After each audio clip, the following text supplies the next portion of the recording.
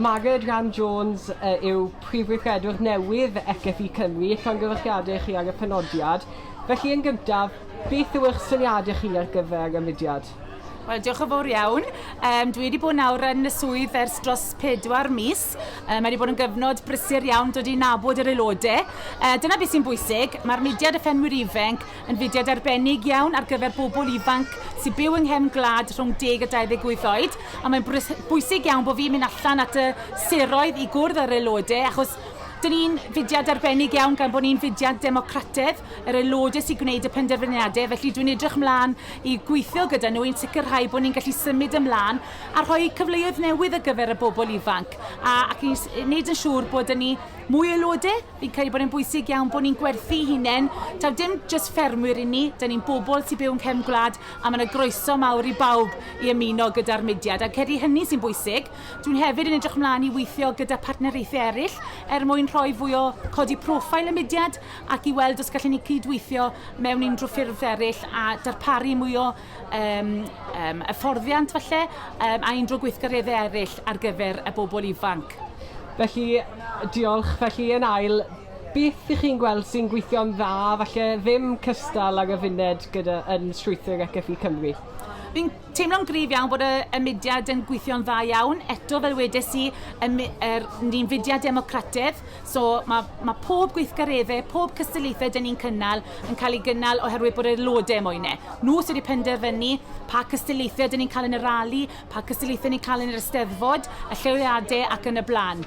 Falle'r gwendidau mwyaf stan yw bod angen i ni ffeindio fwy o adnoddau. Mae angen mwy o gyllid yn ni fel mudiad mwyn bod ni'n gallu darparu mwy o gyfleoedd i bobl ifanc. Ond dyn ni'n fudiad cryf iawn, mae dyn ni aelodau brwdfrydig iawn, mae bobl sy'n hyfforddi, yr arweinyddion, mae pawb yn brwdfrydig iawn at y mudiad ac dwi'n siŵr bod ni'n mynd i fynd o nerth i nerth. Chi yma yn Eisteddfod yr Urdd yn Sir Gar Lenni yn cefnogi'r Urdd, ond ydych chi'n gweld yr Urdd yn cefnogi digwyddiadau yr Cffi o gwbl? Felly, yn eich barn chi, pwy fudiad sy'n fwyaf cefnogol o'i gilydd?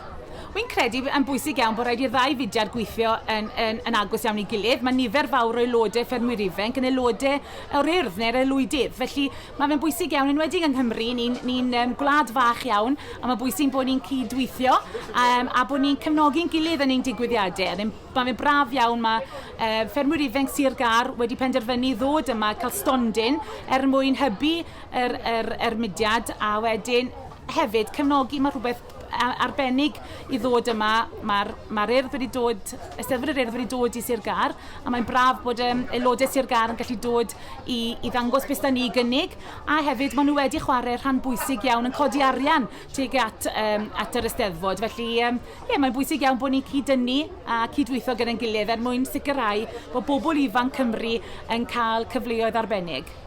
Chi'n gweud cefnogi y ddwy fudiad, ond eto i gyd mae Cffi Ceredigion wedi gosod i rali nhw ar ddisadwn olaf y cystadlu yn Eisteddfod yr Urdd.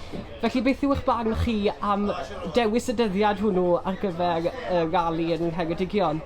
Wel, y bobl ifanc, yr aelodau sydd wedi penderfynu bod nhw moyn y rali fod ar y ddisadwn cyntaf. Fe wnaethon nhw blynydde nôl pan oedd Eisteddfod yr Urdd yn Ngheredigion, fe wnaethon nhw newid y dyddiad. Ond mae fyny'r aelodau i wneud, os nhw moyn y dyddiad ar y ddisadwn ola'r Eisteddfod yr Urdd, mae hynny'n fyny nhw. Felly dwi ddim yn rhan, mae rhaid i ni jyst parchu beth mae'r aelodau moyn.